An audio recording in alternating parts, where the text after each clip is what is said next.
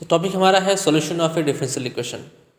इस video lecture में हम देखेंगे कि फर्स्ट ऑर्डर फर्स्ट डिग्री के कितने टाइप्स के डिफरेंशियल इक्वेशन होते हैं और उन डिफरेंशियल इक्वेशन को कैसे सॉल्व किया जाता है। तो देखिए हमारा टॉपिक होने वाला है फर्स्ट ऑर्डर फर्स्ट डिग्री का डिफरेंशियल इक्वेशन।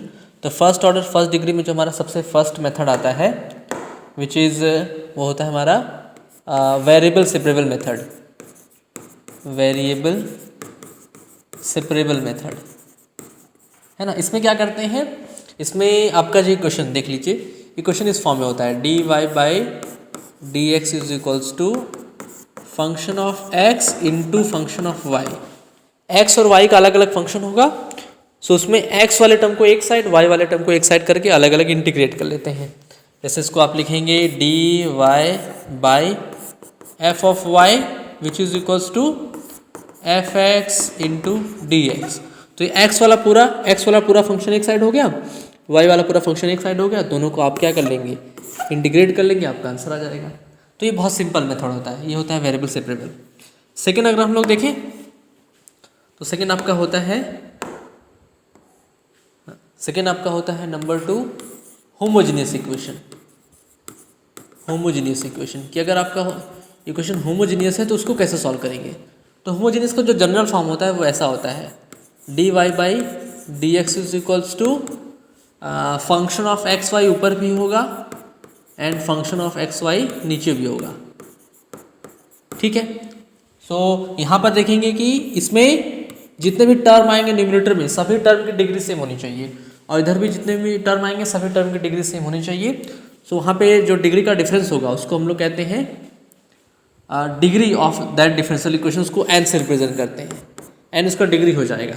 ठीक है, एन को कहेंगे degree of homogeneous function, homogeneous function. तो इसको सॉल्व करने के लिए इसको सॉल्व करने के लिए पहला अप्रोच ये है कि हम लोग पुट करते हैं y is equals to V X and D Y by D X is equals to V plus X D V by D x.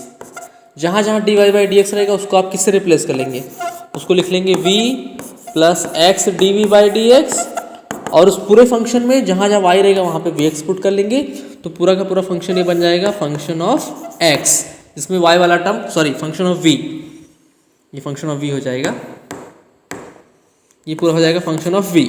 ठीक है, तो अब इसको सिंप्लीफाई करने के लिए फिर वही आप v वाले टर्म को एक साइड x वाले टर्म को एक साइड करेंगे, सॉल्व कर लेंगे, आपका आंसर आ जाएगा।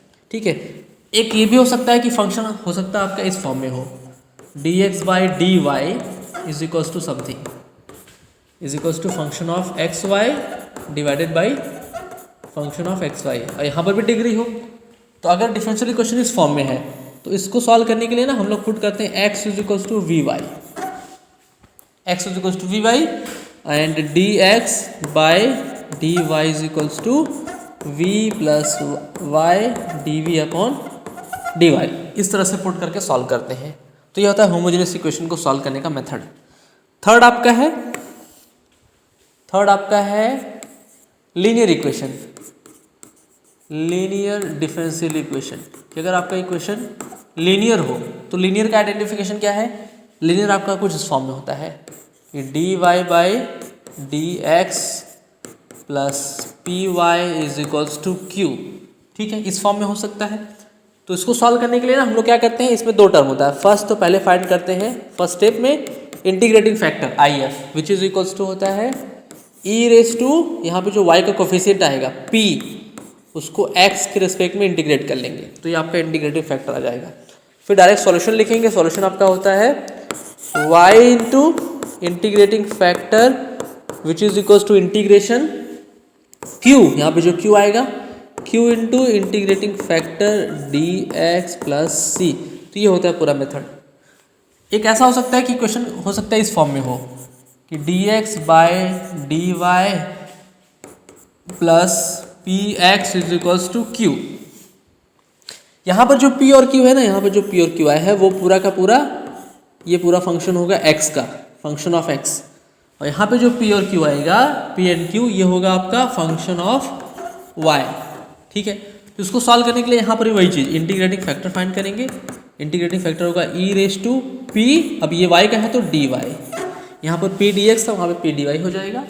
और सॉल्यूशन अगर आप लिखेंगे तो सॉल्यूशन आपका होगा x into integrating factor is equals to integration q into integrating factor dy plus C, ये आपका सॉल्यूशन होगा। तो ये 3 मेथड्स हैं जो आपके, ऐसे देखें तो और भी मेथड्स हैं, रिड्यूसिबल टू लीनियर है, रिड्यूसिबल टू कह सकते हैं होमोजेनियस है ना, एग्जैक्ट है। बट ये सब मेथड आपके कह सकते हैं कि एलटी में तो अभी तक नहीं आया है, आ भी सकता है, बट इतना मेथड मुझे लगता है काफ़ी होगा आपके एग्ज़ाम के पॉइंट ऑफ व्यू से।